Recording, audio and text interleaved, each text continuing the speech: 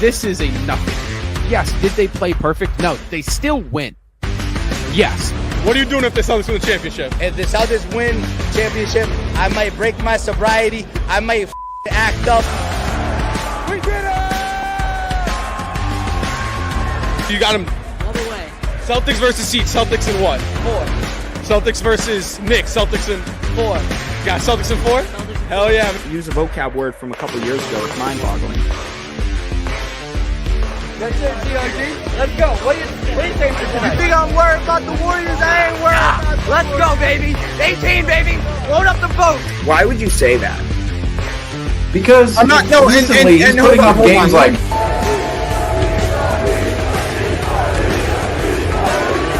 above our head for the players. literally right now. But I think when Marcus, especially Marcus, when he got traded, I think that was a wake-up call. You think right now Rob, it's still New York? I do. And when I think of the Celtics dynasty, honestly, one of the first names that comes to my mind is actually Brad Stevens.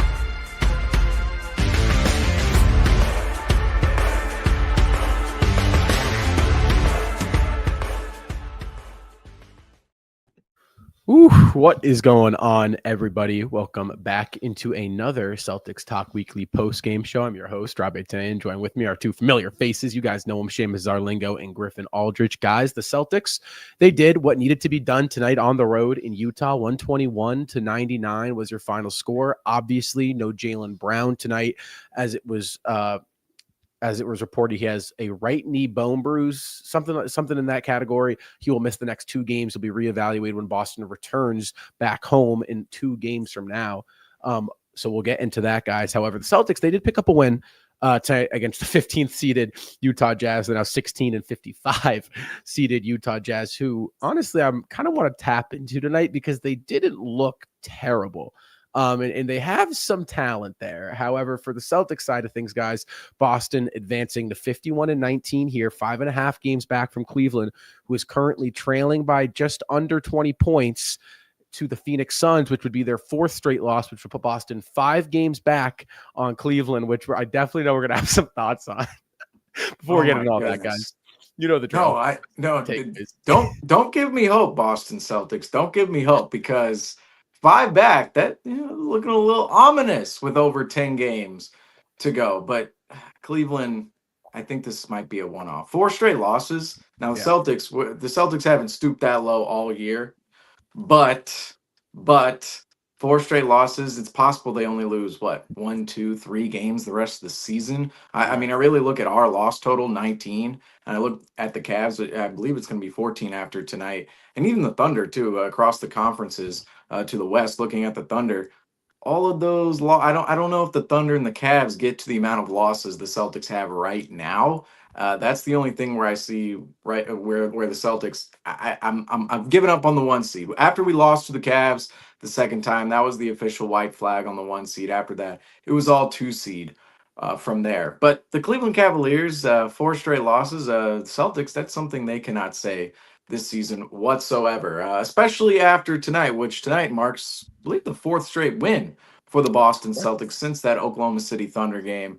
And tonight, the Boston Celtics, really the entirety of the game, it never felt like the Celtics ever lost control of this one. At one point in time, it was a 2-point game in the 3rd quarter, but the Celtics immediately responded with a 13-0 run, put themselves up by 15, and that was really the end of the game. After that, the 4th quarter was just a complete blowout by the Boston Celtics, and these games, time and time again, look the exact same for the Boston Celtics. They look the exact same. The Celtics right now on their schedule, they're facing inferior opponents. That's just what it is. I mean, we're facing capture the flag opponents, if you will, right now in the Utah Jazz and of course the Brooklyn Nets the other night as well. The Miami Heat want to be in that category, but they're not quite there. They're trying their hardest, but they're not quite there yet.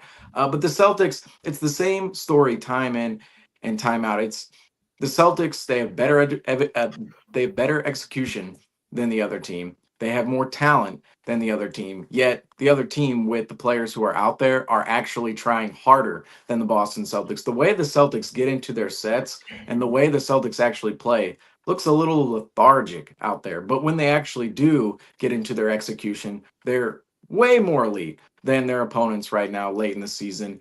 And it really is a great thing to see the Celtics playing team basketball right now. I think that was one of the biggest takeaways tonight from the Celtics side of things. It was the team basketball side of the offensive end of the floor, because the Boston Celtics tonight, they played unselfish. The first 7 buckets of the game were all assisted for the Boston Celtics, and the 8th bucket was Jason Tatum kicking a ball up to himself, kind of doing that flip kick, the soccer kick up to himself. So he basically assisted himself right there. But in terms of the Celtics opponent and themselves, they keep running into opponents who are playing hard for portions of games, but cannot hang with the Boston Celtics the entirety of games, which actually gives me a lot of hope for this Boston Celtics team come playoff time, considering the fact this Celtics team actually looks like they are together. They're ready to go. When they want to execute, they do it at a high level. The talent is still clearly there out on the floor. You put the effort in with that, and this is truly a dominant Celtics basketball team. I'm not really seeing much of the effort right now, but that being said, I think during some of the bigger moments, we're actually going to see it, because tonight against the Utah Jazz, the Celtics, even the other nights against the Nets and the Heat, the Celtics played around with their food a little bit, and they were still able to come away with those games just because of their execution, just because of their talent. But when the effort does come, I don't think we're going to see many teams hang around the Boston Celtics. I feel like you said it right there. Even though this was a 22-point win for the Boston Celtics, it felt effortlessly, especially at the end of it. I will have to say this. I was a little frustrated in that third quarter when it was only a 2-point game. Definitely some frustration for me right there, because I'm like, all right, come on, we can't keep downplaying our opponents like that. But before I literally wrote that down, and then they shut me right up. Like they were like, put a sock in it. Like, Griffin, you need to stop thinking like that. But I did see, I will say one thing, even though it's the Utah Jazz and, we beat them by 22, which is expected of the Boston Celtics. I mean, you should expect a 30-point win from against the Utah Jazz, just being where we are. I saw a lot of things I loved from Porzingis and Drew Holiday in particular. And even Peyton Pritchard, I'm going to give some respect to him tonight. You definitely see why he is the head runner for the Sixth Man of the Year. Incredible night from him. I love what he was doing. Got fouled on that 4-point play. I love that. And just the intensity he was bringing all night. Just start off with Pritchard. I'm happy you mentioned already, Seamus, with that little move that Tatum did. I saw that, and I had to watch that a couple times. I'm like, what was this? What's going on? Yeah. There's some sorcery going on there. The ball just kind of found its way. It was like a glitch. It was like a 2K glitch where it just kind of ends up back in his hands. It's like, wait, what? Yeah, I was like, all right, am I watching basketball right now? What am I watching? But KP will obviously get into him later, so I'll save my takes for him later. But Drew Holiday, dang, I missed him when he was out, and we were so scared about him with playoffs with that mallet finger. We were like, because he was ultimately, we already kind of covered on this, I think, last time, but he was the reason why we won Banner 18. We brought him in, and I feel like he could have been a big X factor to bring in Banner 18 for sure. But it shows you how much he was missed, and just some of the plays that he can do off those steals. I think he had 3 steals tonight. Yeah, 3 steals tonight. And just he's just such a great guy, just all around. It's not, it shows you that he only had 8 points tonight, and he was still incredible all night long. He doesn't need to score. He can, like we talked about it. He's more than capable to score. Like, you guys see it. But in Boston, he's not meant to score. He's meant to cause havoc on the defensive side of the ball, pass the ball, make space. And that's what Drew Holiday did tonight, and I loved it. And just one more take. I will have to say this. A lot of my confidence is going back into Sam Hauser. I like what he's doing with the 3 as of recently. I'm still a little alarmed on the defensive side of the ball with Sam Hauser, but shooting wise, I think he's getting back into it and more adjusted. So I saw some good things. Ultimately, it was one of those games where you're like, It's a 9:30 start. You're not going to watch it unless you're a diehard Celtics fan. But Right. yeah, I had my negatives on it, but I had a lot of positives too. So good one for the Boston Celtics. I'll say that. Yeah, no, I'm with you guys. It was a much expected win, like you guys said, on the road in Utah, struggling. I do like what I'm seeing right now from a Joe Mazzulla standpoint in terms of rotation on the upper half of the lineup. I like how I'm seeing Holiday stay right around 20 minutes a game. Same with Horford. Horford played on a little bit on the back half of 20. But I like how we're kind of using them as just, pick your poison. When is it needed most? First 7 minutes of the first quarter. And then you kind of see them, the other team's going on a run. They sub in. So I like that from Mazzulla. Obviously Porzingis we'll get into. And then for the bench side of things, these next 12 games are really good opportunities for those bench guys get to catch a rhythm. And I remember saying it last year before the playoffs. These next 12 games, there's going to be guys in and out of the lineup. You're like, Jaylen Brown's going to miss these next 2 games. I would not be shocked if you see Porzingis take some rest and Holiday, and you got to fight to get Tatum out of the lineup. But even you might see him miss the 2 out of the next 10. So again, guys are going to be in and out. The Celtics have positioned themselves to kind of solidify that 2 seed. And right now they're playing really good basketball. 15-3 in their last 18. And they're just really just staying the course right now. And this is the Celtics team that I had expected to see entering the playoffs, and I hope to see post All-Star break. So I'm very pleased, I think, with Boston's execution standpoint. Seamus, something I really agreed with what you said was the effort. Boston right now is kind of going through the motions, and this is kind of what makes Boston really special. Even against Oklahoma City did a lot of things to steer Boston away from what they did well. I don't think Boston necessarily showed up to that game with a playoff mentality, and I don't think they really have much this year. I think we've seen spurts of it. Majority of those games being against Eastern Conference opponents, I believe, against New York and Cleveland. I think we've seen it the most. But these last 18, Boston has been able to put together a great string of wins, guys, with kind of going through the motions. And some might think that's bad, but personally, for a team with the pedigree of the Boston Celtics, I think that's very impressive. And it's time to ramp it up. And I think they've known that, and they're aware of that, and they're honing in on the details. Defensively, guys, I mean, they have just been so good defensively. And for me, that tells me that they're ramping it up, right? Effort, this, that. Effort's kind of like hearsay, like, oh, did they not dive on that loose ball? But defensively, guys, the Celtics are on track. And I think that is what leads them to making it back to the finals. If they're there defensively, the offense will come. They've strung together, I'm just going to read it off. 99 tonight. This is opponents' points against. 99 tonight, 96 against Brooklyn, 113 against Brooklyn was on the back half, 91 against Miami, 108 against Utah, 101 against LA. So they're holding their opponents to right under 100 or right over 100, and that's very impressive in today's basketball. So I'm very pleased with that. But let's take a look at the lead tracker, guys. Kind of playing into that, like Seamus said, didn't really feel like Utah had any momentum at any part of this game. I just want to read. I'm gonna leak the Celtics Talk Weekly group chat just real quick. I want to read a back and forth Seamus and I had briefly. Right around like the first quarter, Seamus goes, the constant theme of these games: Celtics more talent, Celtics better execution, inferior opponent, harder play. I say, respond with, literally thought the exact same thing. Boston going to be up all game. Utah puts it under 10 at some point in the second half. Celtics pull away.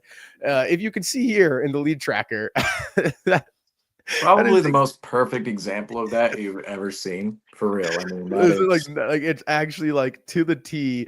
The conversation me and Seamus had is literally what we are looking at this lead tracker. However, guys, the Celtics, they led by as many as 22 points tonight, just to compare to Utah's measly little 5 down there. Longest run was 13. Obviously, only 3 lead changes. Guys, again, we've talked so much and over these past couple, weeks, really post All-Star break on these lead trackers. And Boston, really a constant theme now is them keeping the green wave consistent. However, we have seen that little dip at times now these past couple games against teams like Brooklyn, like tonight against Utah. We saw it for a little bit. Miami, we saw it just for a stint there. anything out of that? Or is that kind of just like, you know what? Boston goes to sleep. Other team, it's a game of runs. They show up. Boston shuts the door. I'm a little conflicted on this point, just because if you really look at the entirety of the season, the Celtics come out, they play well to start the year. Leave the record was like 18-4, 19-4 after the first 23 games, 24 games. The Celtics at that point were considered a dominant basketball team and clearly in the same category as the Thunder and the Cavs in terms of record wise, just record wise. I mean, they were in the upper echelon of records. After that, the Celtics pretty well went 500 for the next 20 games and for the next month and a half, 2 months.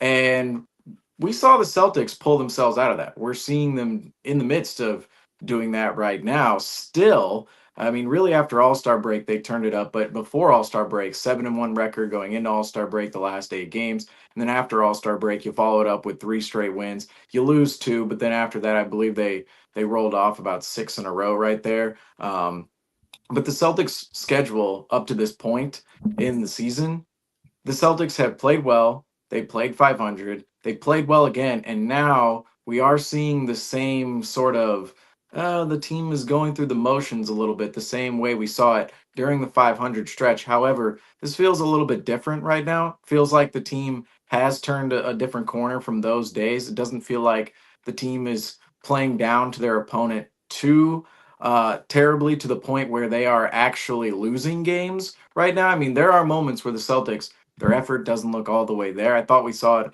in moments during this game. I mean, at the end of the first quarter, you could tell Peyton Pritchard, he was going to go for the 2-on-1, and Jason Tatum, he barely passed half court. He was walking up the court, and that was a possession where the Celtics essentially threw it away. I mean, you never do that come playoff time where you just go, oh, there's 35 seconds left. Pritchard, okay, I'll walk up the court. He's got this. I mean, no, you're going to make it look like a real play. You're going to make it look like you're actually running something out there. Tatum's going to be engaged, involved in the play if that's the playoffs. Tonight, he's just walking up the court. So there are many examples of that within the Boston Celtics right now. And I think that's just them really playing down to their opponent on any given night where they're facing an opponent that, I mean, let's face it, tonight, the Utah Jazz, they are the opposite record of the Boston Celtics, essentially. I mean, they have 16 wins on the season. The Celtics have 51.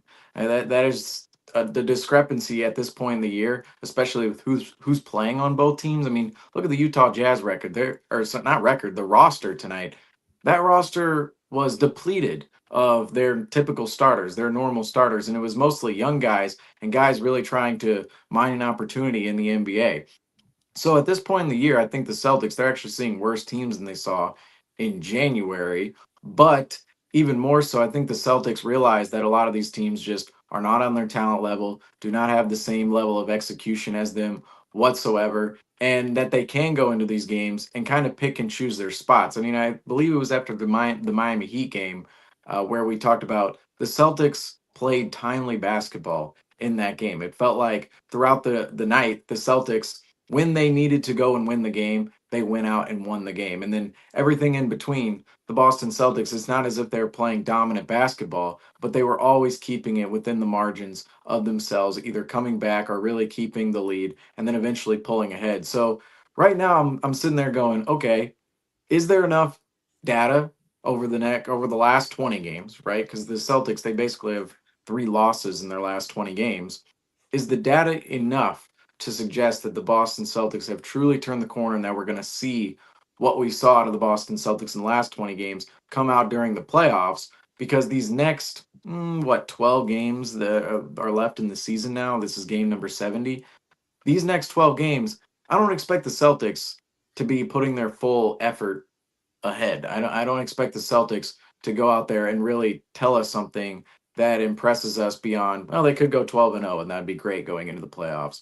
But outside of that, the Celtics, I don't expect them to play their best basketball over the next 12 games. I expect a lot of guys to rest. I expect tonight, Rob, you already said it, Drew and Al Horford, they're picking and choosing when those guys are playing. They're going to do a lot more of that down the stretch. And I just wonder, is the good play enough to suggest the Celtics are just going to flip the switch in the playoffs and play with effort, play with intensity all the time? Or is what we're seeing right now actually a problem. With the normal team, I would say who's progressed throughout a season, I would say right now is not a concern because of the opponents, the motivation, the goal to preserve the team, really, the team's health, the team's fluidity, their play going into the playoffs. I would say it's not a concern, but at the same time, this has been a concern with the Celtics all season long. And Right. that's why we do have to ask the question. And it's unfortunate, but that's where we're at. That's where we're at with this Boston Celtic club is they should be really coasting into the playoffs right now the way they actually are, but at the same time, they were coasting for half of the season, right in the middle of the season, and they came out of that. But is that moment when they came out of that? You really think of early February, the whole month of February, really, a little bit into March. Is that going to be enough for the Celtics for them to prove to us that they're actually going to do that come playoff time every single night, especially after coasting again? The coasting looks great right now with a bunch of wins on it, but there are moments in these basketball games where you go, the Celtics, they're just not playing their full brand of basketball on either end of the floor, and it's just because of the effort. But everything else, it looks great. The team basketball looks great. It does. Everything else, the talent on the floor, it's obvious the talent is beyond other teams out there. It's just, can it come together, and can all these guys really put in that effort come playoff time? That's the big question. Right. I think I'm gonna say this. I'm gonna look at it this way. I could say I'm a little nervous. Like, this is what I would say. I would say I'm nervous because, look, we're not playing 100%, and then I'm nervous going into playoffs because we're not used to playing like at full strength. But I think I think the Boston Celtics are so good. You see them playing with minimal effort as of recently, and they're still coming away with these wins. Like you said, Seamus, you saw them kind of walking the ball up the court. Tatum kind of just walking, not caring, and we still won by 22. So I think we're just so good and so advanced from everyone else. I think that might maybe be a thing, but I'm gonna say this. I think ultimately with the Boston Celtics, when you go into playoffs, they're gonna say, all right, season 0-0. They felt that championship last year. They felt how great that felt. They want to feel that again. Now that it's over, they're like, all right, they're not gonna cut off some slack. It's gonna be all right. Look, we had so much fun with that last year.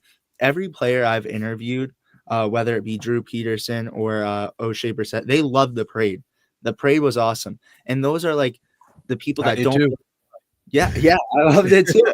Yeah, no, but I'm saying they just love that feeling, and it's like sweets, for example. A lot of people like sweets, and they want sweets. They had a taste of the championship. They loved it. They want to go back and get it again. So I think, we could say coasting, and if they have to coast and be a second seed team and go into playoffs, that's what they're gonna do. If they're gonna be like, all right, 82 game season is a long season. So if they're like, all right, if we can manage it well, we could coast. All right, we go in as the 2 seed, then it's 0-0. We go back, we fight, we show everyone that we weren't a fluke last year. We make a statement in the playoffs. I think we could go like that. But ultimately, I think, obviously you see us having a weaker schedule, which is such a great advantage for us. It would definitely suck if we had kind of a heavy schedule and you have to play tougher basketball because you don't want to lose those games. And you don't want to, we're at such a great point right now where we could rest guys. Like, I mean, this is amazing where we could say, all right, Drew, you could go out there and play just under 20 minutes or 20 minutes, a little above. Horford, same thing. And then look, we could rest Porzingis on some nights. Some nights we'll, like you said, I think earlier, Rob, where you have to kind of fight with Tatum to have him rest, but you could rest Tatum, So we're at such a great point where the schedule is where we can do that. And I do see us getting 60 wins. I feel like we're just going to put that effort. I feel like you're going to see a lot of these teams. It's just going to be just the Boston Celtics coming out. For tonight, that's what you should do. That's what I expected last time we faced Utah, and we almost lost it. So good win. And I don't see any negative things coming playoff time. I think the Boston Celtics know what they're doing, and they had a great plan, and they're executing it well. Let me add something to this as well. there is a mutual aspect of these games at the end of the year at this point in time. The Celtics, they want to maintain the 2 seed. They want to get as many wins as possible.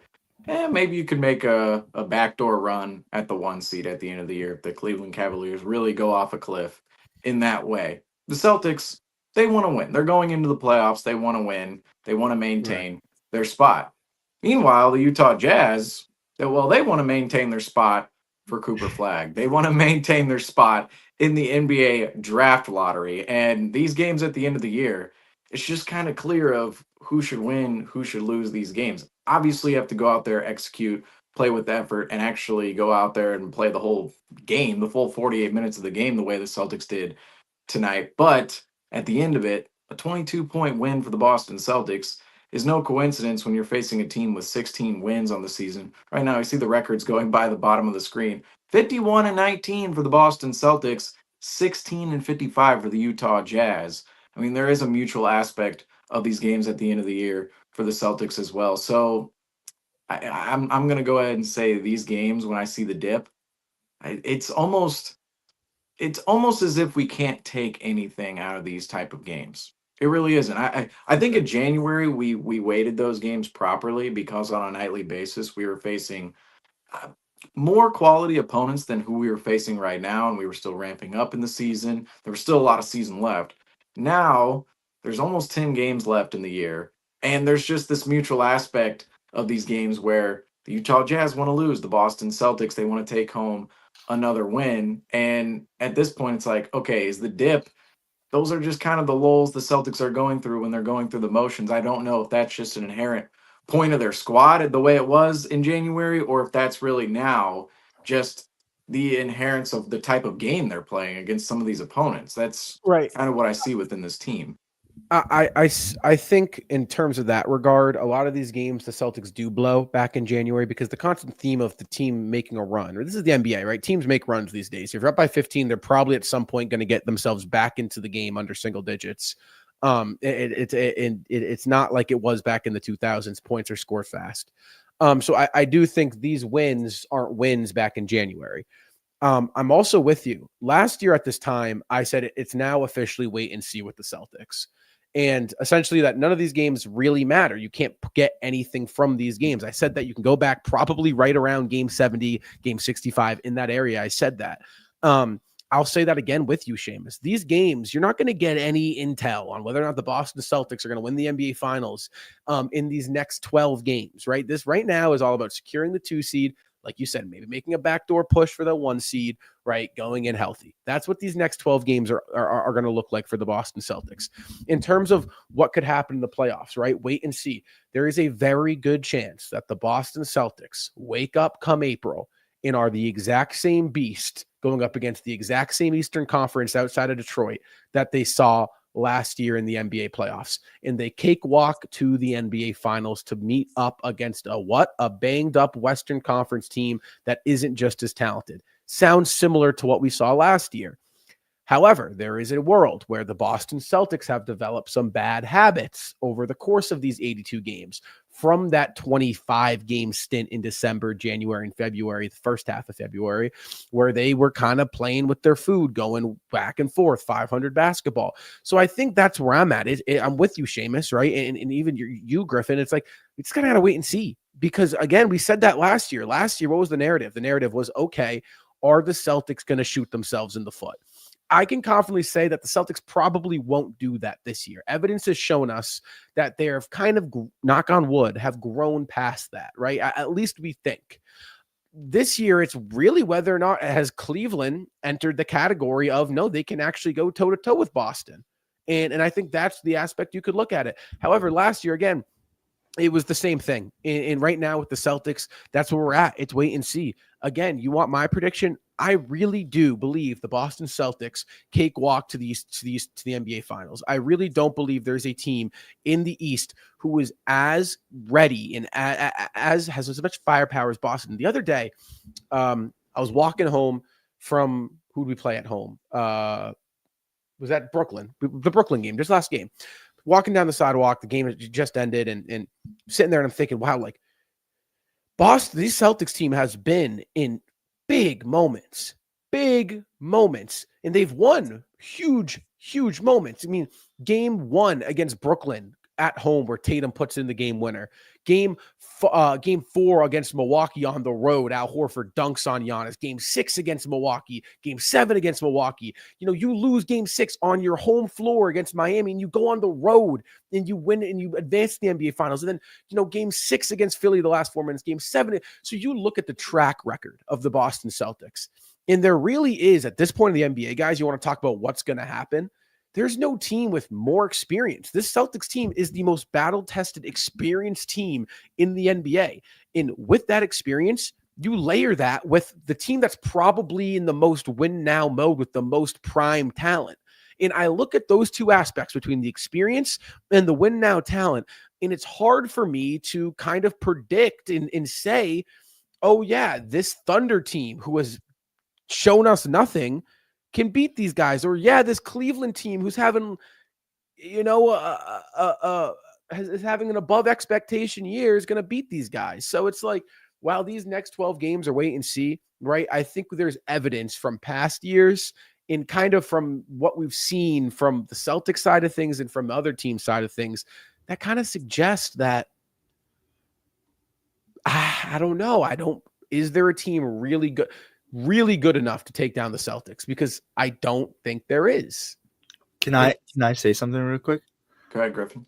All right. So obviously with Cleveland just losing, and you said lack of experience. Just a question though. Do you think the Cavs, though, with this, it's kind of just a Cavs question. Do you think this kind of be what the Celtics were doing, kind of in a sense, like kind of trying to coast? Like they're like, all right, look, now it's time where we kind of don't care as much with the games and kind of move forward to playoffs? I don't know about, I think it's the Cleveland thing is kind of the same thing as Boston, where they're also on wait and see mode, because with Cleveland, it's been the same thing for them for the past couple of years, where it's make the playoffs, either, play around in the first round, play with their food and get booted there, or fall apart in the second round. So I think Cleveland's the same thing. Are we getting the same Cleveland team we've seen the past couple of years in the Donovan Mitchell era, or are they truly this, really not anymore, only 5 games ahead of first place, but are they really this juggernaut of a team we've seen all year? I think it's the same thing. I think it's the same thing for really all the top teams in the NBA right now. I don't think there's many tests or answers to questions. God, there it is. Questions to be answered for many teams. I don't know. Yeah. Well, Cleveland right now, the 4 straight losses, this is where this portion of the schedule is really tough to analyze, because number one, a game like tonight, but what can we really take out of a game like tonight against the Utah Jazz? The number one thing for me is just the execution, the ball moving for the Boston Celtics. Sure, I can take that away, but really the opponent tonight, it's like, okay, what am I taking out of these Nets games? What am I taking out of these games against the Jazz? Really, we just faced the Jazz 5 games ago.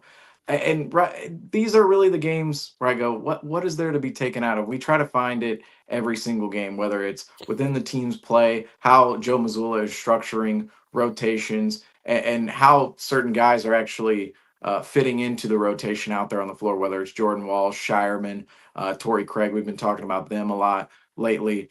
But just in this portion of the season, it's hard to tell what exactly matters, what doesn't matter. I mean, we were talking about Shireman the other night, 20 points against the Brooklyn Nets. Tonight comes out, doesn't play as well. Now, his minutes were more spotty than they were the other night against the Brooklyn Nets. I'll say that for one. But it's like, okay, what do we put more stock in? His performance against the Jazz or his performance against the Nets? And does it really matter when it comes to the playoff rotation? Right. That's where I look at this Cavs losing streak and I go, well, what am I to take out of this? Because, well, for one, you could say, yes, Griffin, they're at this point in the season where they're coasting, right? The Cleveland Cavaliers, they entered this week with an 8.5 game lead on the 1 seed. I believe it was 8.5, if I'm not mistaken. Yep. And comfortably, we saw the Celtics coast with about an 8, 9, 10, 11, 12 game lead, depending on the week last year in the Eastern Conference.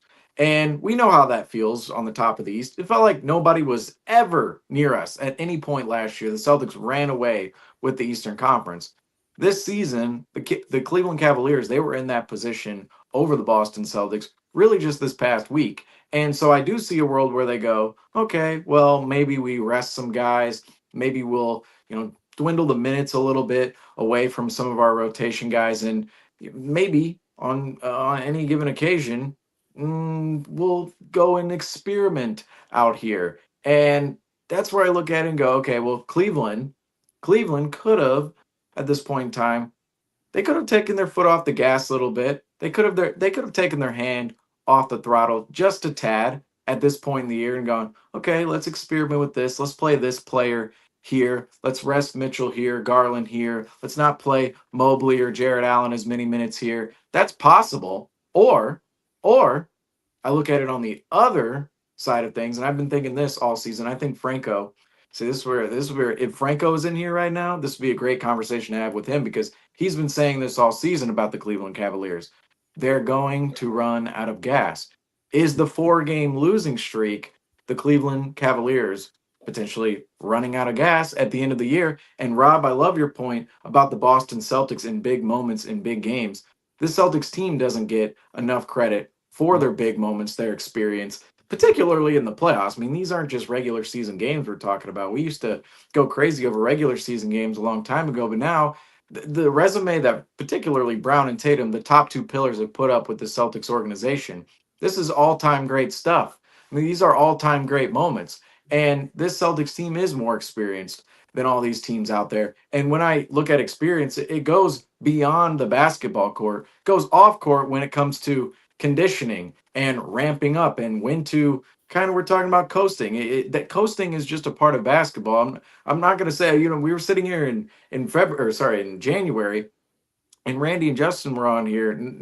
I'm not calling them out right here, but I'm just saying what they said. All right. I'm just going to say what they said here. They were going, these guys need to play hard every single night. Doesn't matter. You're in the NBA. If you're getting paid what you're paid, you should be playing hard every single night. They had valid points, sure. But my point was kind of, okay, if you're playing hard at this point in the year, how are you going to play hard 6 months from now in June after we've already been in the season for 3 months? And that, to me, is where the Celtics have the most experience out of any of these basketball teams. They've been deep into the playoffs. The Celtics have advanced deep into multiple playoff rounds in the past, with particularly Brown and Tatum, but even Derek White now. Last year, Porzingis and Holiday on the roster. Holiday's done it with the Milwaukee Bucks. We all know the experience he has over there. Porzingis, he's also been in the playoffs with the Dallas Mavericks before. So the experience the Celtics have on their roster, it really dwindles down to the Celtics' ability to ramp themselves up come playoff time, because they know come June, come May, the legs are going to feel different. When you have been there before and you know how to condition yourself to get to that point before, or to that point currently, versus another team who hasn't. And that's where the Celtics are with the Cavs and the Thunder. And that's the advantage the Celtics have over every other team in the NBA. Is the Celtics, they know what it feels like to play into June. They know what it feels like to play into May. They know these big moments are on the horizon, and they know how to ramp themselves up towards those moments. Whereas the Thunder, they've never been there. The Cavs, they've never been there. And they're going gung-ho on the season right now, the regular season, to get as many regular season wins as possible. Maybe come playoff time, come April, come May, come June, these teams run out of gas, like we saw the 2022 Celtics do against the Golden State Warriors, who just happen to have that playoff experience, knew what it felt like to play in June. Those Celtics, those 22 Celtics, had no idea how it felt to play in June. And we saw Andrew Wiggins dominated Jason Tatum in that series. In no other realm of basketball outside of that NBA final series in June has Andrew Wiggins ever dominated Jason Tatum. And that was particularly because the Warriors and their ability to make it through the playoffs without really seeing the opponents the Celtics face, but also their experience on top of that. Meanwhile, the Celtics, on the other hand, they're the new young guys. They're the new people on the block, in which just they weren't ready. And that's what I see potentially with OKC. They're very good. People love them. And if they do win this year, it'll be something special. But Oklahoma City, it kind of feels like a year where, they have to go through that heartbreak in order to get, like you said, Rob. I was going to say, I'm pretty sure you said it on a post game. They have to go through that heartbreak in order to get to the actual success, like we've seen the Celtics do as well. Exactly. I mean, if you look at really the history of the NBA, there's very few. I mean, Bird and Magic are just like the weird exception back in the 80s where Bird went through a year of heartbreak. That was a heartbreak. It really wasn't even, he didn't lose in the finals. And Magic obviously won his rookie year in Bird. And then Curry is also kind of that weird exception. But like everyone else, I mean, even Kobe, Kobe got drafted to a winning situation, but those Utah games where he in overtime, air ball after, all greats, all these teams to get to the mountaintop need to go through heartbreak. We've seen it with Boston. We saw it with LeBron. We've seen everyone, Kevin Durant.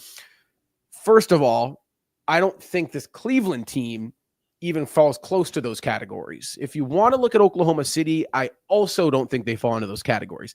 However, if they were to fall into those categories, they're not in the same pedigree of Jaylen Brown and Jason Tatum have now entered that conversation of, oh, it's game 7. Yeah, I'm picking them. Right? It's like, that's how good, that's their status right now. If Brown and Tatum are healthy and they're playing in a game 7, I don't care where it's being played, on the moon, on Mars, in Boston, in Cleveland. I don't care.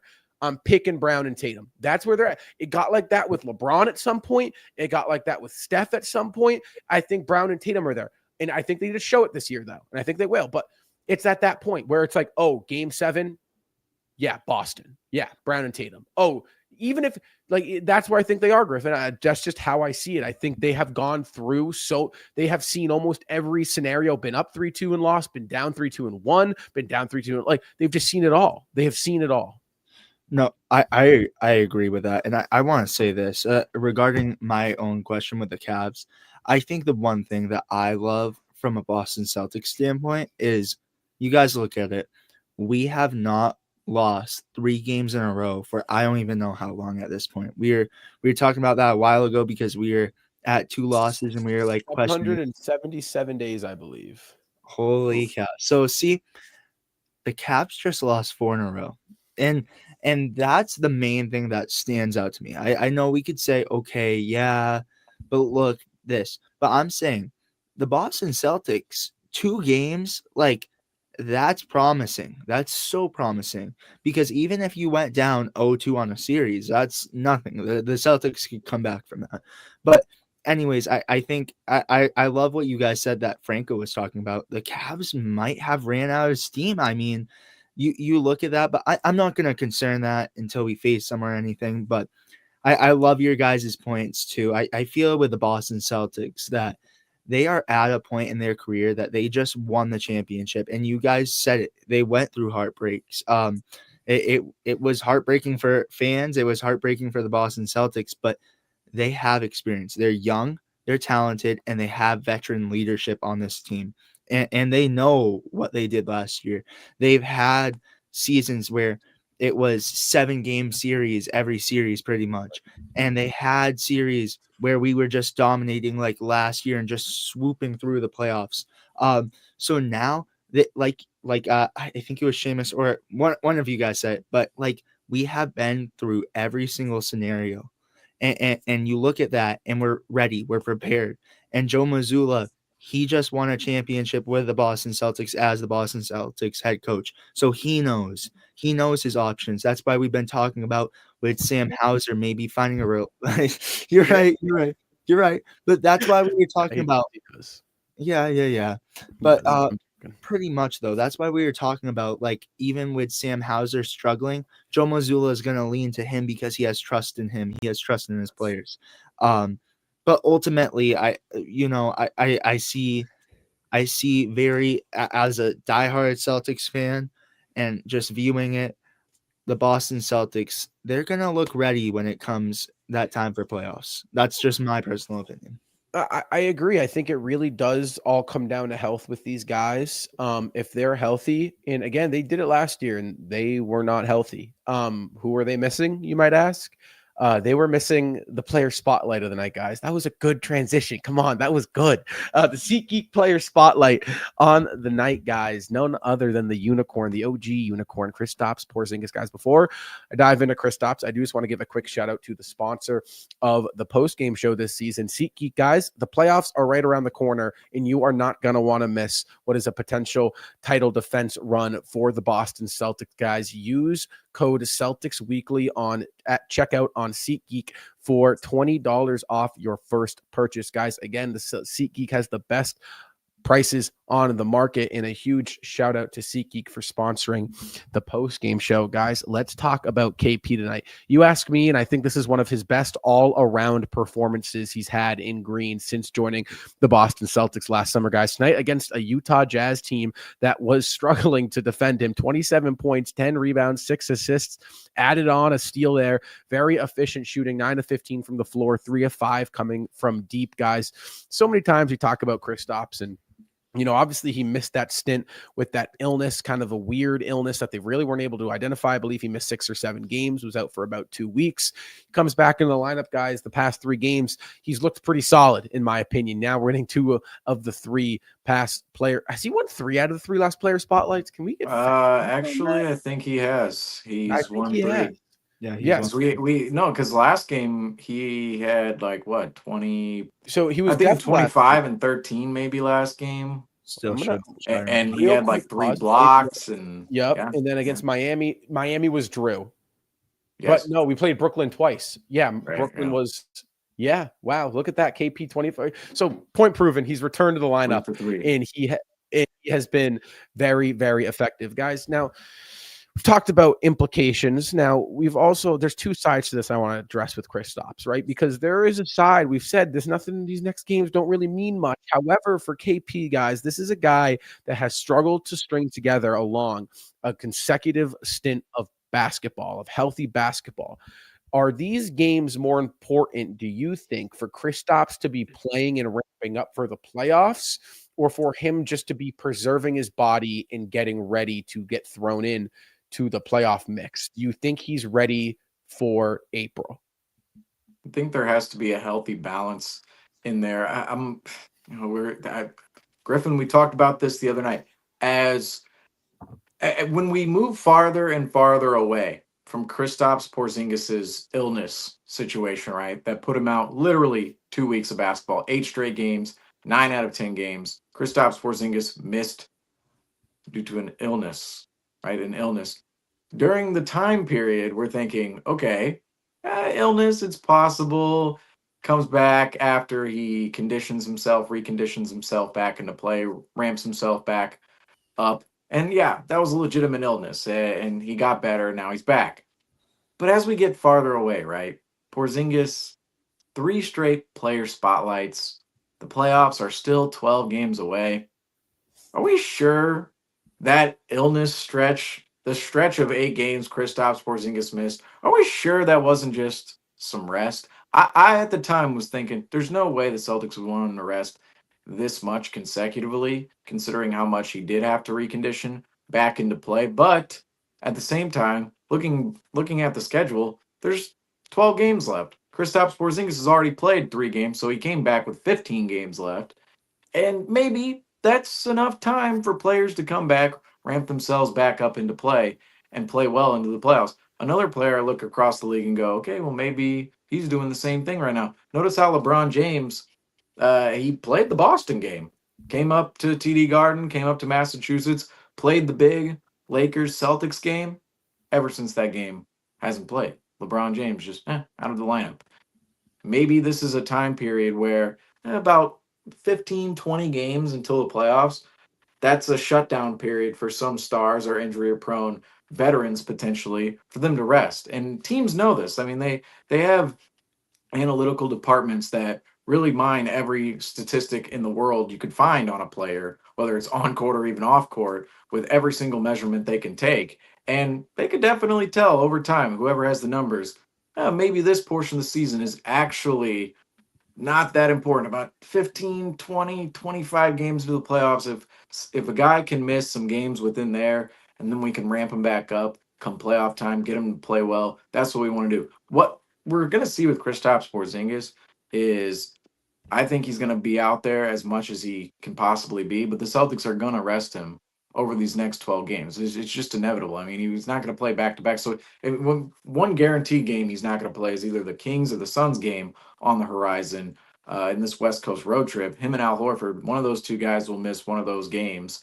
And that's a rest day. Certainly we'll see out of Kristaps Porzingis. But later on down the line, those Hornets games, you cannot tell me Kristaps Porzingis is going to play in both Hornets games later on in the year. That's just not happening. I think they're going to rest Kristaps Porzingis, and then when he's in the lineup, I think we're just going to see him.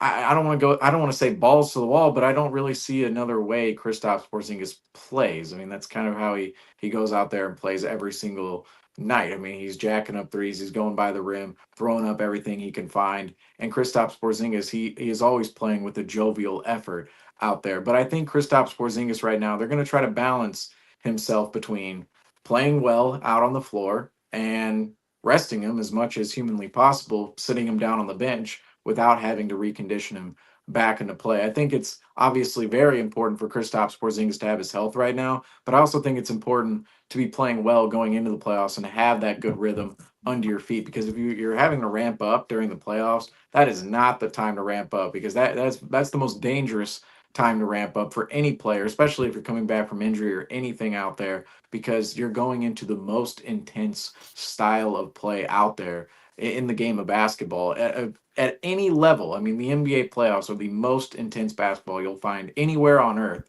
And for someone to ramp up within a playoff series, it's never worked out particularly well.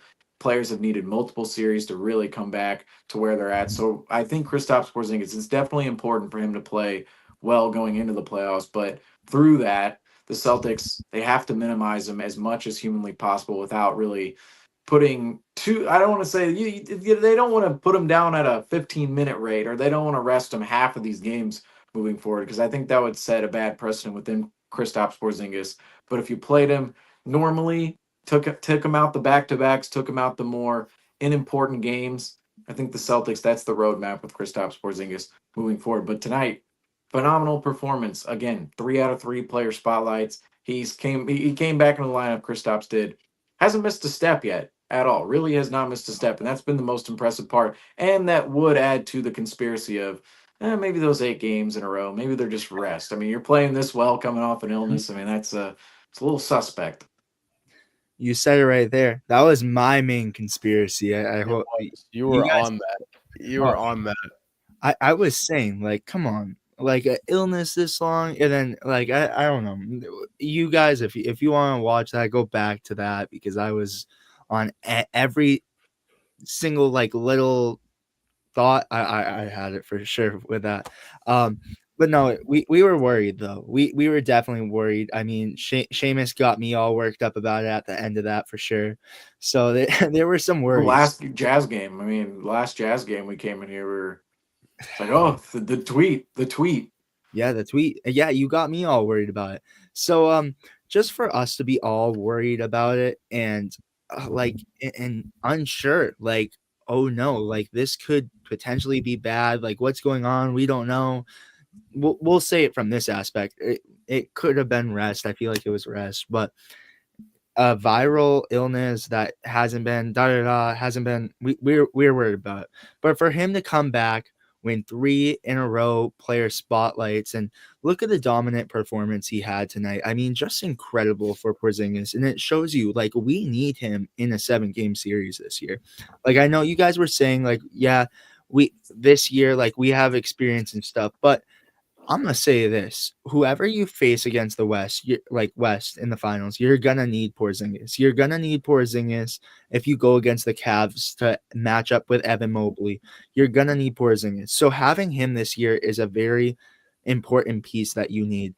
But just tonight, he was dominant. I know a lot of people are going to say, all right, it's the Utah Jazz. You should be dominant against the Utah Jazz. He was playing and he was aggressive. I love it when he got into Colin Sexton.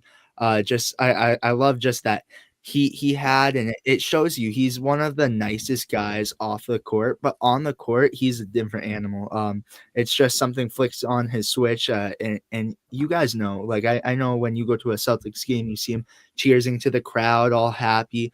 One of the nicest guys I've even met when I met him, but on the court he's an animal. Just getting all hyped up, and I love it, and that's the intensity you need, especially going into playoffs. And I just to answer your question, Rob, I feel like moving forward, I feel like again, kind of what Seamus said, I don't think you'll see him rest a lot. I feel like once we get down to maybe the 5-game mark, you might see him taking like most of those games off, or even 7, maybe something like that.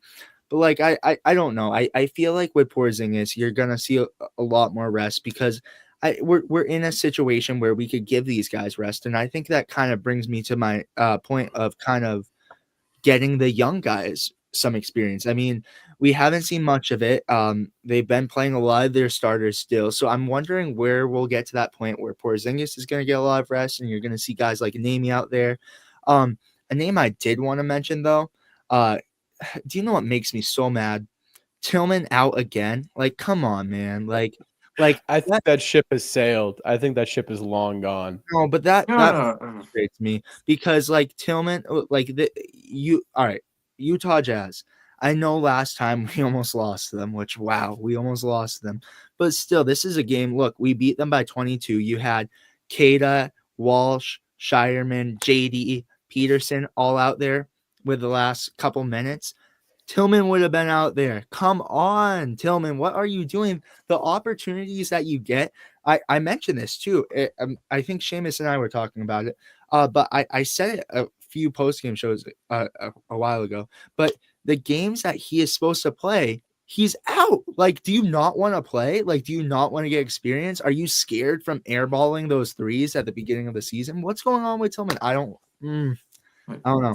Tillman, see, this is the conversation you got to have with Franco, because for me, Tillman has been Tillman. I'm sorry. Like, first of all, I don't know whether it's Tillman's fault or Joe Mazzulla's fault or a healthy blame pie of both. But my goodness, Xavier Tillman, if he's playing 7 minutes per game, I'm looking at his basketball reference this year going, this man is gonna be out of the league soon. Like 7 minutes this year with the Celtics, 7 minutes this year, and we like those 7 minutes have been mostly garbage time. I mean, mostly garbage time. They're not even real minutes out on the floor. I don't see a scenario whatsoever where Xavier Tillman just magically comes out of the rafters and plays for the Celtics during the playoffs. What's so weird about that is last year he actually did play quite a few minutes in the playoffs for the Boston Celtics. And then coming into this season, Joe Mazzulla, that's where I go. I don't know if it's Tillman's fault, whether it's his conditioning, his play, whatever is seen behind the scenes, or it's Joe Mazzulla's fault for taking Tillman completely out of the lineup and never using him at all. And I guess I want to make this point right now, because I don't know if I want to hop so I don't want to attack Joe Mazzulla for tonight's performance or anything. 22-point win. It's a game against the Jazz. You're going against Will Hardy. But I will say this about Joe Mazzulla, is even in these blowout situations against tanking teams and these games that seemingly don't matter, there will be little things that we can kind of pick out going, well, what's going on here? Is this what how does this affect a big game? And tonight for me, this game was actually dicey at one point in time. Now, I will say the Celtics, I didn't feel like they ever lost control of this game. There were runs the Utah Jazz made, but the Celtics always had a control of this game at every step of the way. I mean, you look at that lead tracker, we already saw it. But when the game was getting dicey, what I find to be a little bit weird with Joe Mazzulla, right, even in these games, it almost feels like, okay, early on, we brought in Hauser, Cornette, Shireman, and that felt to me a little experimental, bringing in all three of those bench players at once. You could have brought in one or the other and then kind of staggered them a little bit more. Now Brown was out of the lineup, so that makes it tougher to do for Joe Mazzulla tonight. But he brings out Hauser and Shireman and Cornette, and that scene is like, okay, the experimental bench unit, and then everybody beyond that, Jordan Walsh, if he's out there, that's also going to be somewhat experimental. But then when we need to, this is from a perceived standpoint, when we need to actually go and win the game, go and throw out the starters. So that's where I saw the game plan tonight. It was, oh, we had either the starting group in, the guys who you believed could actually go in there and win the game. And then you had this weird, wonky in and out bench rotation where it was almost experimental. And then at a certain point in the game, I actually felt like, particularly Cornette and Shireman, and Cornette was actually a part of the 13-0 Celtics run in that third quarter. But the third quarter comes around, the Celtics, the lead is cut to 2, and we've seen this, we've seen this time and time again as we were texting back and forth about. But in that moment, I felt like, oh, it was just about let the starters roll. Let us play through this. And it's like we weren't adjusting on the fly to the fact that some of these wonky bench rotations were actually working early on in the game, where it was like, oh, Hauser, he's playing well this game. And I will say Hauser, this is another thing. Hauser, Torrey Craig, that's a legitimate thing come playoff time. I think Torrey Craig is like secretly bad defensively. I have not seen it out of him yet. He's supposed to be good defensively, but I'm like, he's 34. I haven't seen it yet. I mean, there was a possession where he was D'ing up on Colin Sexton. And it was like Colin Sexton just blew right by him. It was like, oh, geez. I think he's a good off-ball guy. I don't think he's an on-ball guy. Literally that possession, I was like, oh, he's D'ing up. Like, let's see what he's got. And then he just got blown by. But regardless, it's these bench rotations for the Celtics, they were actually working to some degree in the first half. When you're bringing in Hauser, who was playing lively tonight, Cornette. I mean, Cornette. We gotta have another. We don't have to have the whole Cornette conversation tonight, but oh my goodness, the physicality he plays with, the shape he's in right now. I mean, I know we were talking about the Celtics playing with minimal effort sometimes, but it's guys like Tatum, Brown's out there. They're walking up the court. Derek White, some of the more prominently paid players out on the court. Luke Cornette, he's playing for a contract. He's playing for a contract out there. He is playing harder than anyone else on the court. We have Cornette, Hauser, Shireman who come into the game early. They play well. But then in the second half, I felt like the adjustment wasn't made quick enough to go back to what was working and maybe mix and match with some of the bench players. And I will say, once Joe Mazzulla did in that third quarter with Cornette, and I believe he brought in Sam Hauser as well, that's when you saw the Celtics go on the 13-0 run. But before that, it almost felt like, oh, our winning method, we're going to put the starters in here and just let them ride. And it's like, why aren't we making, I understand the starters are out there and they're supposed to be the winning method to this game in terms of the talent you're throwing out there and winning with, like the positive moments you expect throughout the game. But then when those weren't coming against the Jazz, particularly an opponent you expect to beat on this night, I don't understand why the adjustments weren't made right away from Joe Mazzulla and why they weren't made quicker. And that's just what it goes along with the theme of Joe Mazzulla is, can he make those in-game adjustments? Can they be quick enough? Can they be on the fly to the point where we've seen it with Brad Stevens in the past, where a player, if he's not playing well, it's like, get out, you're out of the game. This person's going in, and then he'll ride that. Is Joe Mazzulla actually able to do that? Is he actually able to look at somebody like Sam Hauser come playoff time and go, you know what? He's getting cooked on defense. Let me go somewhere else. Let me go to a Jordan Walsh for 4 minutes. Let me go to a Baylor Shireman for 4 minutes. And in the playoffs, say Al Horford, he's not playing up to par because he's 38. Let me go to a Cornette instead of just staying with the same exact guys time and time again.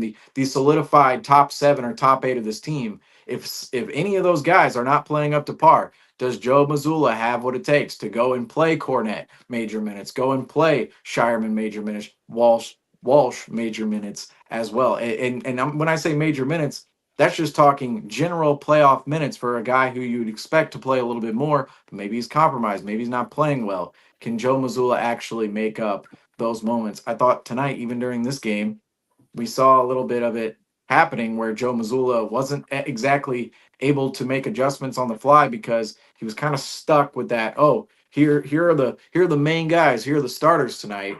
When in reality, he should have been mixing and matching with the guys off the bench the way he was in the first half.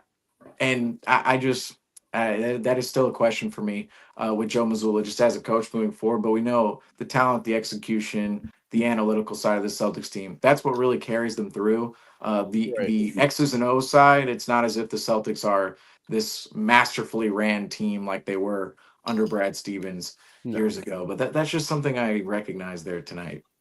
I also want, before we get into obviously the breaking news that came out yesterday on the Celtics, but I want to add on to that too, because I think Mazzulla's good for what we need him to do, but I also think it's really important that you give guys like Shireman and Walsh and Neemias Queta run, but run with the A team. So run Shireman alongside White, Holiday, and Porzingis and Tatum, right? Because they're not, Shireman's role in that scenario against a Utah is going to be identical to what it would be in a series against Cleveland, right? He does the same things, but what you're doing is you're finding out if he's capable of doing it.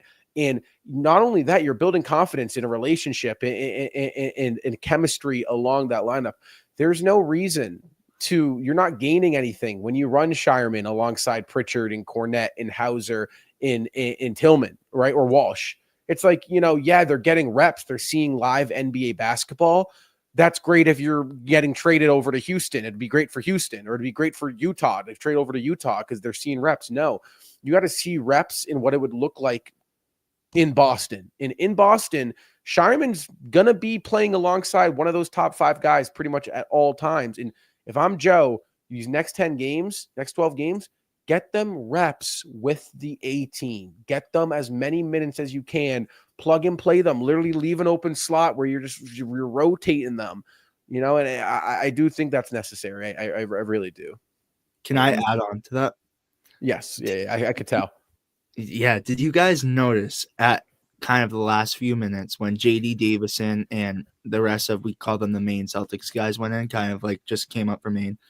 They call me out on this, but a few times I noticed like Peterson would get the ball and pass it right to JD. I mean, that's what they see there. And I love your point that you made, because not playing with the same guys that you were in Maine, right, it isn't good, because then you're not changing it up. You got to get used to the guys that you're going to play with up with the Boston Celtics. I'm sorry, JD, but I don't see JD playing for the Celtics or having a future with the Boston Celtics. I might be wrong. I might be completely wrong on it, but they were passing it right to him. And it's so, I love what you said right there, because they need to get used to playing with those main guys, because that's how you develop. That's how you become a new player on this team. And that's what you saw Brad or Ime Udoka do so well, is because he got them adjusted. And that's how you create new players. And that's how you make a player who they are. You can't stick them in the last 2 minutes with JD Davison, because then they're just going to get into, we just passed the ball to him. That's what they're taught in Maine. That's what they're exactly. And that's what's so important, is that, Baylor Shireman, the Boston Celtic, is way different than Baylor Shireman, the Maine Celtic. They're two totally different players. One, the Celtic version is a diver to the rim. He is a spot up shooter. He is a energy guy. The guy in Maine is a facilitator. He is a scorer, and he's a two-way threat. Like, they're two different versions of basketball players, as I'm moving my mic away. And they're two different versions of basketball players that, I do really think it's important. And I expect to see it. We've seen it. We saw it against Brooklyn the other night at home, I think. Tonight, I agree with you, Seamus. He steered away from it, and it's kind of a shame, because these are great opportunities, especially against the weaker teams that are in the upcoming schedule. However, though, guys, some news broke yesterday, or 2 days ago at this point. Is it? 2 days ago, technically, because it's the 22nd now.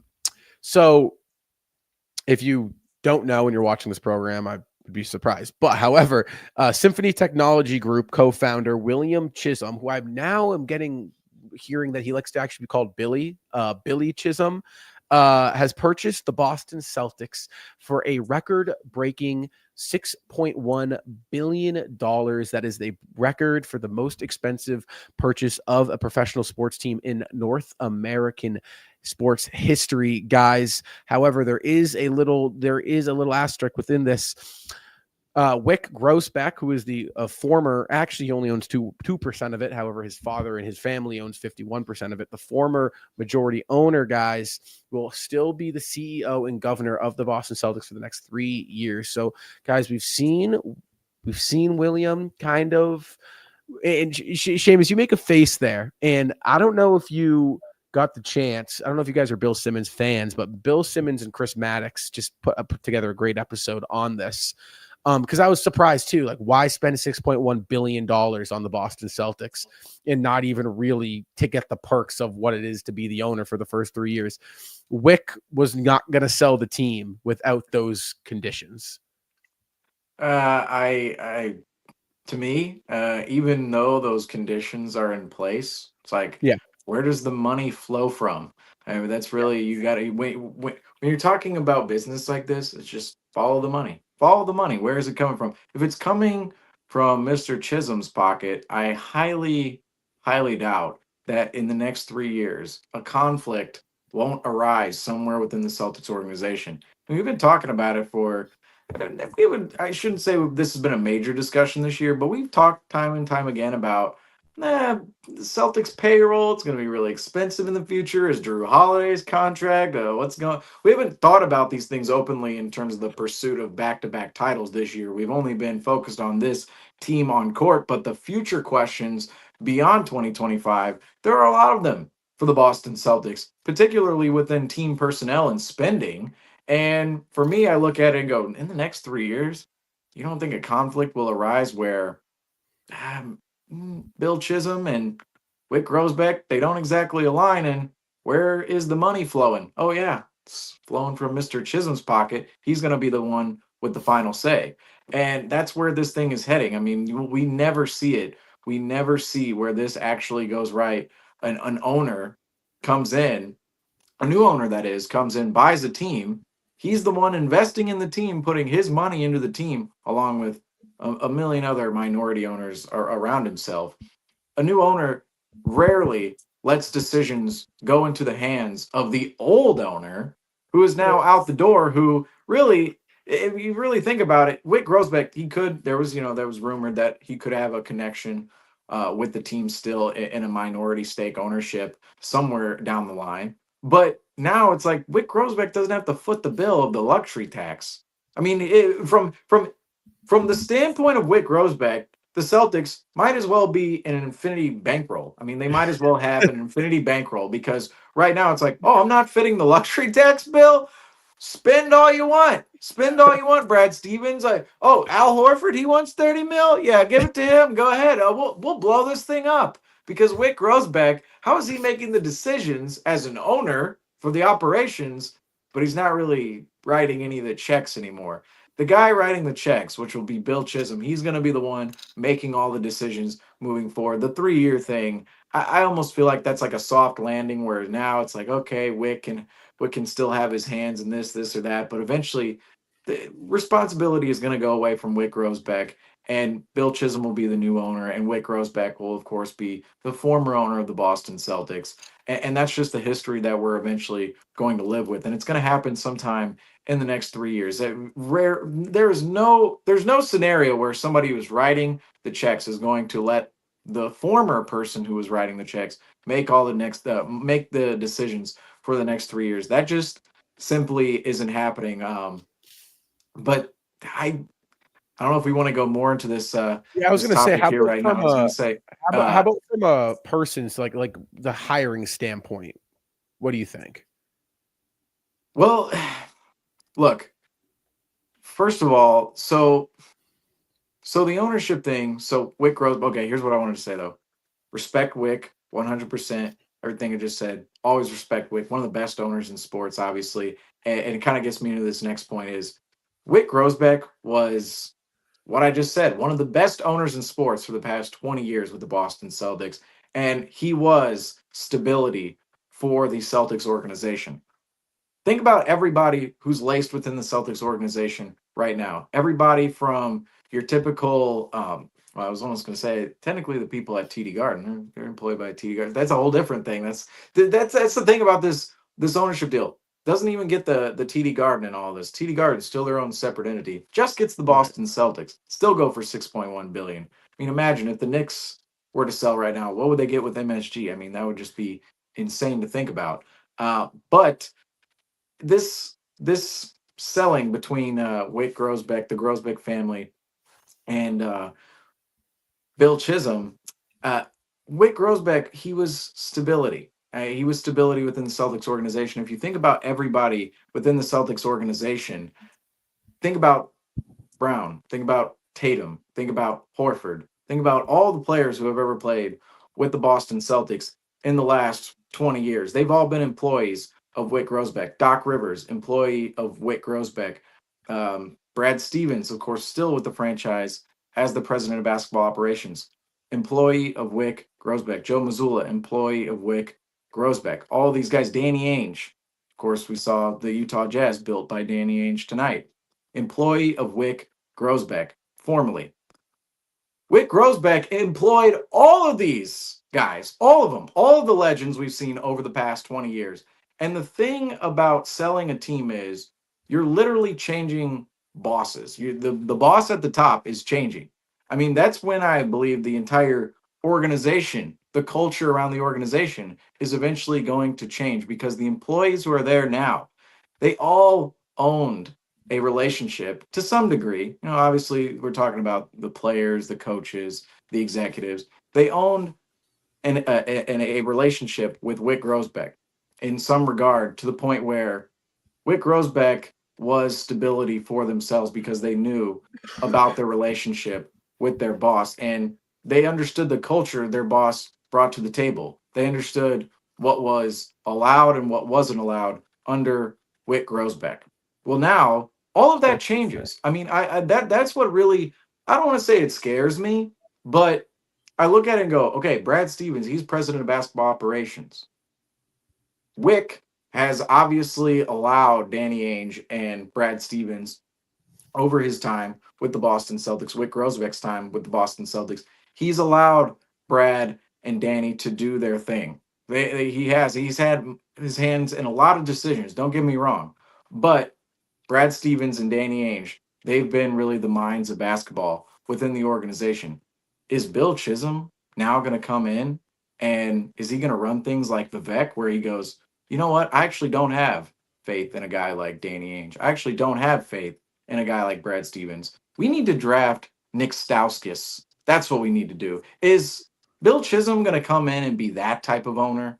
Because the ownership sphere around the NBA, we see terrible owners all over the place, and we see great owners as well. And it makes a difference in terms of team building and just the culture that's in the building in general when it comes to not only basketball, but just day-by-day activities. Think about the practice facility, everything else that goes on in an arena, day by day. The Celtics are literally changing bosses right now. The boss at the top is completely changing. That opens up the world for everything. I mean, I seriously think about Jaylen Brown and Jason Tatum. Those two guys, like, they know beforehand, oh, Wick Grosbeck, they know exactly what they're getting out of Wick Grosbeck. They know exactly what they're getting out of their organization and what the hierarchy is within the organization. Now, they're going to have to form a new relationship with the new owner, Bill Chisholm. And who knows, Bill Chisholm, he might not form the best relationship with Brown and Tatum for whatever reason. I'm not skeptical in saying he won't, but I'm just saying along the lines of forming a new relationship, that those are our star players, the coaches, the executives, all of them are forming a new relationship with a new boss who is employing everybody within the organization, and could somewhere down the line soon, could be way later though, could one day go, you know what, I want to build my own team. You know what, I want to put my own decision maker in here. And Brad Stevens, that's from Wick. Brown and Tatum, that was from Wick. That was from the last owner. I, as the new owner, want to make my legacy here with the team. We all know what Wick Grosbeck did with the Boston Celtics over the last 20 years as the owner, as the majority owner. He did great things, and he's going to get credit. You're going to be scared here. I'm just saying. I'm not going to lie. I'm over here. I'm about to cry. I'm like, what? I'm like, Tatum's gone too? Seamus, I'm just saying, like, these are really the things. Like, it's all like, oh, it's just like the owner matters. Like, the owner's courtside, like he's there. Like, if you hate the owners, like, Seamus, you scared me, man. It's too late for this. I'm having crazy thoughts in my head. I gotta go to sleep soon, bro. You're scared. I'm gonna not be able to sleep. I'm just saying, the new owner, he's gonna want to come in here and cement his own legacy, and he's gonna realize, like, okay, this team now is not his legacy. It's still like this team in part right now is still the legacy of Danny Ainge, who's with Utah. I mean, really, we say, okay, well, he didn't trade for Drew Holiday, he didn't trade for Kristaps Porzingis, he didn't construct this roster, but he drafted Brown and Tatum. I mean, Danny Ainge's fingerprints are all over that.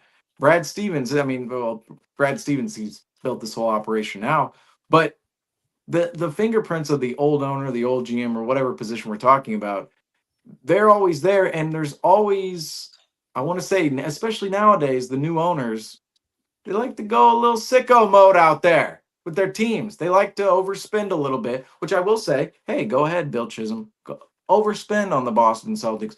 Go ahead. But with this roster, don't be trying to chase, I don't know who the next superstar would be out there. Nikola Jokic? Like, I don't know. That's where, to me, the Celtics, I could see the difference between other owners taking over teams and spending crazily and the Celtics right now is the Celtics are already in a position to spend crazily. So I almost wonder, it's like, could you just go deeper into that, or do you have to get all the way off your own? Like, do you have to go down your own path of creating your own legacy and spending elsewhere and getting guys like, hypothetically, a guy like Kevin Durant? That's not going to happen with the Celtics, say the offseason or whenever, but somebody that would be a legacy driver like that. We landed that player. Pat Riley in Miami, his legacy down there as a GM is, and a head coach technically, he got Shaq, won that 06 title, and then obviously mined LeBron from the Cleveland Cavaliers, went to the finals 4 straight years, 1-2 there. So, could that potentially happen with the Boston Celtics? I'm just saying, this new ownership thing, I'll say this. I keep walking into rooms and going, I'm not scared, but it's like, no, I am scared because the can is open. All right. The can of, like, the worst possible scenario of what could happen with this franchise, like beforehand with Wick Rosbeck, it's like, you're not even opening up the can. All right. You're not even you're leaving that thing in the corner. It's over there. It's protected. You're not even opening it up. By selling the team, it's like, get out the can, open it up in the middle of the room, and don't spill it. Well, it definitely is a really weird time to sell too. I mean, post championship, like you just kind of said, it's like you are just kind of entering. And Wick's a younger guy in terms of owner. Most of these owners you see in sports are super or on their older half. Obviously, again, Wick's father actually owns the 49% of it. Wick only owns 2%. Weird. I kind of agree with you. I personally, Seamus, I'm not gonna go down to the extent of thinking you're giving that far, because I don't see. He's got to step in. He's got to step into the office building first for me to go there. I think from a hiring standpoint, I think there are some positives out of it that I like. I think the Boston guy, he seemed very vocal in his interview about working with Brad. I think that's a positive. I think another positive is that, again, he's a Celtics fan. You can tell that he cares about the Celtics. And then he had a quote, extending the window. I think extending the window is really, really big.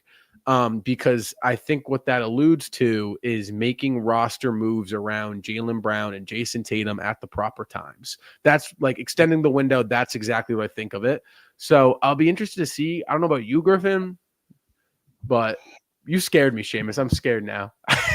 No, I'm gonna say this, Seamus. You're very good at scaring me. Especially at what time is it? 1:19 in the morning. 1:19 in the morning. I'm just bringing up every scenario. I'm the guy. No, everyone. No, first it was a Porzingis because I was getting to these conspiracies on what it could be, and then Seamus is like, it could be this. I'm like, oh my gosh, you're scaring me. I was at like we were talking about like level of concern. I was at like a 5 or a 4, and then I got up. I bumped you up. I remember I went and you were like, I'll revise.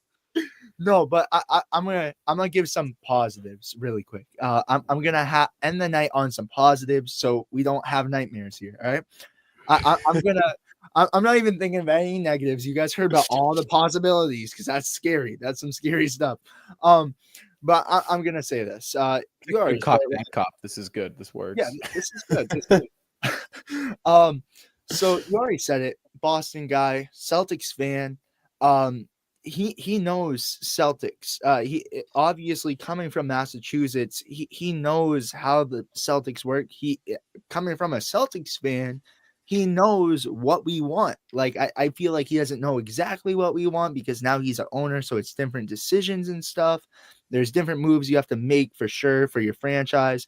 But at the same time, he knows. Like, he has a good understanding. So that's the positive for me. I look at that and I'm like, I'm definitely questioning, like you said again, Rob, why would Wick sell the team? He's young and he's doing good. Champions, like what? But I think I'm happy with this move.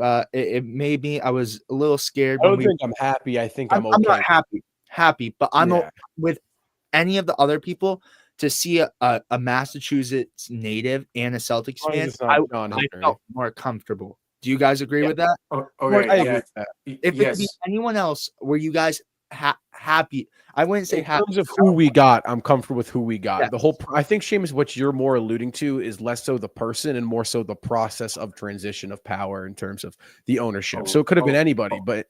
Oh yeah. I mean, for me, I think you guys definitely bring out the positive points in terms of from the North Shore Celtics fan. I mean, that's something that was also huge with Wick and his family beforehand. It was they actually went to Celtics games before they bought the team. They were sitting up in the Raptor. I mean, they were sitting up in the nosebleeds, and then they buy the team. Of course, they're sitting by the court.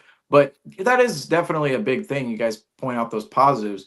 But yeah, you're right. The process of the transition of power, anytime you are changing decision makers, that's big to me. Like, it's secretly big. Like, everything right now, what's great about the Celtics right now is everything is stable. It's like the person who's coming in, you don't have to touch anything. You don't have to, like, okay, here's your big new $6 billion toy in the Boston Celtics, but you don't have to touch anything. But that's what's hard, is that when you buy a new $6 billion toy, you kind of want to play with it. It's like you kind of want to go out there and mess with it. You're like, all right, let's take it out for a drive. Like, let's do this. Seamus, I don't want nightmares. But I will say that take right there scared me. I don't like that. Let's play with it. No, keep it out of it. Stop that. But that is the reality. That's the reality of money, and you buy things, and it could be as simple as something tiny in your room or a $6 billion basketball team. You go, okay, I kind of want to do my own thing here. But I had one more point on the ownership thing here. Dang, it's kind of escaping me right now. Is the ownership in general with the Boston Celtics? Man, I cannot think of it. Okay, well, I'm gonna fill this time real quick. I'm just gonna bring out another positive. Kristaps Porzingis in the last 3 games, he's shooting 61.36% out there on the floor. So Kristaps Porzingis, I think he's 27 of 44 out there on the floor. So some positivity. Wanted to bring that up. In terms of the ownership point that I had, it's really the owner. When you switch owners, the decision maker is so big. And this is the point I was going to make. Okay, when you change decision makers, I mean, it just all the decisions, the culture, the consistency, right? You think about the consistency within the Celtics ownership over the last 20 years or so. Wick, how long did he own the team? Was it like what? 23. 23. Okay, 23 years. I want to make sure over 20 years, over 20. I'm pretty sure it was over 20 years, but it was 17 something, whatever. But regardless, there was consistency. There was a known entity in Wick Grosbeck, and you saw how long. I mean, look at the top. You saw how long Danny Ainge was around. You saw how long Doc Rivers was around. Doc Rivers left on his own accord. Brad Stevens, he would still be the head coach right now if he didn't accept the GM job. And if the Celtics didn't want him to move into that position, he'd still be the head coach right now. Said Brad Stevens is still around. They've stuck with Joe Mazzulla. They were going to stick with Ime as long as he didn't. You know what he did off court. As long as he didn't do that, It's wild. I'm just saying. Okay, It's behind the wild. scenes. I don't know. It was in Miami. I don't know if it was in Miami. What series it was in? I don't know. But they Crazy. would have stuck with Ime. Okay, they would have stuck with Ime if he didn't kind of oust himself from his own position. But Joe Mazzulla, they've stuck with. There's consistency with Whit Grosbeck in believing in his guys and placing somebody within a specific place and going, okay, this guy's going to be here for the long run, and I believe in him, and I believe in him specifically through some of the pitfalls, the downfalls, the developing moments. I'm staying with these guys. We don't know if the new owner, Bill Chisholm, we don't know if he's going to be like that with the Boston Celtics at all. We don't know how patient. We don't know what the consistency is out of him. And I really do believe it's a bigger thing than people want to talk about. Like we just thought, oh, the Celtics are sold, but everything's the same on court. It's like, yeah, it's the same on court now, but there's going to be big decisions coming up on the horizon, and you never know what can really happen in that regard. And this was the final kind of concluding point I'll make that will still scare everybody here is that the ownership. Okay, look, you can get a player wrong. All right, a max contract. And I'll say this: a max contract you're signing from another team. All right, so you're bringing in a player from another team, putting it on your team. The max is 4 years. The max of 5 years is only for a player on your team. So if you're wanting to extend Giannis or Tatum, whatever, that's 5 years. That's great. But say the max is 4 or 5 years. Actually, perfect example is Philly. You have Paul George, 4 years, Embiid, 5 years, right? Those guys, you make those mistakes. Those mistakes are going to be done in about 3 to 4 years. In 3 years, Paul George will be an expiring. You'll be able to move off him. In 4 years, Embiid, the same thing. You're going to be able to move off him if you're the owners, if you're Daryl Morey, GM, whoever's there, president of basketball operations at the time, later on in time, in Philly. You're going to be able to move off those players. As for the GM, as for all the executives, you make a bad hiring there. Okay, well, this GM, he's out the door. What there have been teams who have had GMs in and out the door. I think the average lifespan of a GM in the NFL is 2 years, which is just insane. So I mean, that really tells you about the turnstile and the kind of the musical chairs that go on. I think actually that might have been the coordinator spot. The GM seems a little erratic. I don't know, GM coordinator, whatever. But GMs do get flipped out as much as coordinators can, as much as head coaches can. If you make a bad head coaching hire, you can just send them on their way, right? And this is really a long, elongated thing I'm talking about here is all of these different positions can be replaced relatively quickly, even with a bad contract laced to it.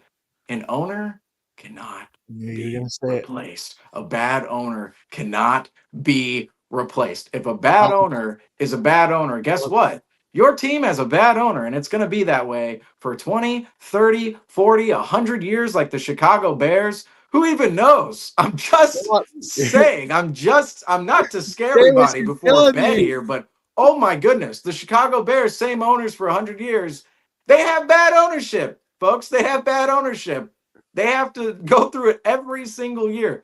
That's the thing that's so big with ownership, particularly with the Boston Celtics being sold to Bill Chisholm is you never know. This could be a 100-year run, could be a 20-year run, 40-year run. Who knows how long his run is as an owner? If he's a bad owner, we just have a bad owner. You can't. You can replace players. You can replace coaches. You can replace executives. You cannot replace an owner.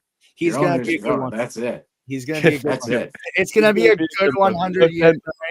I'm done with the negative. He's going to be a good owner.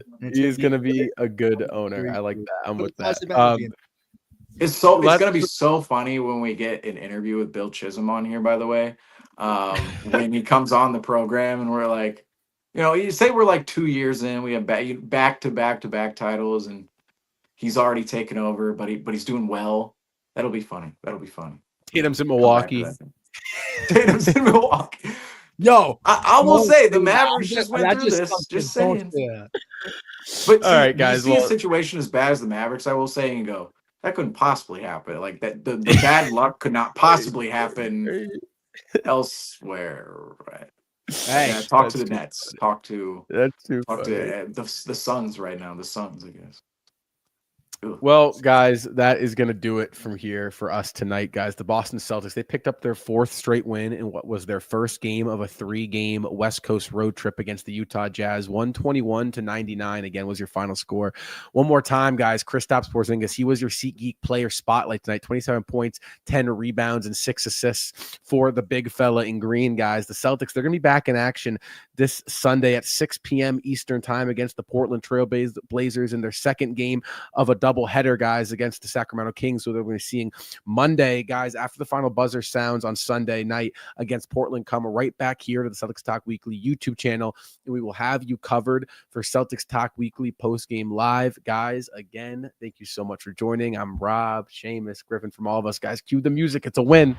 Until next time.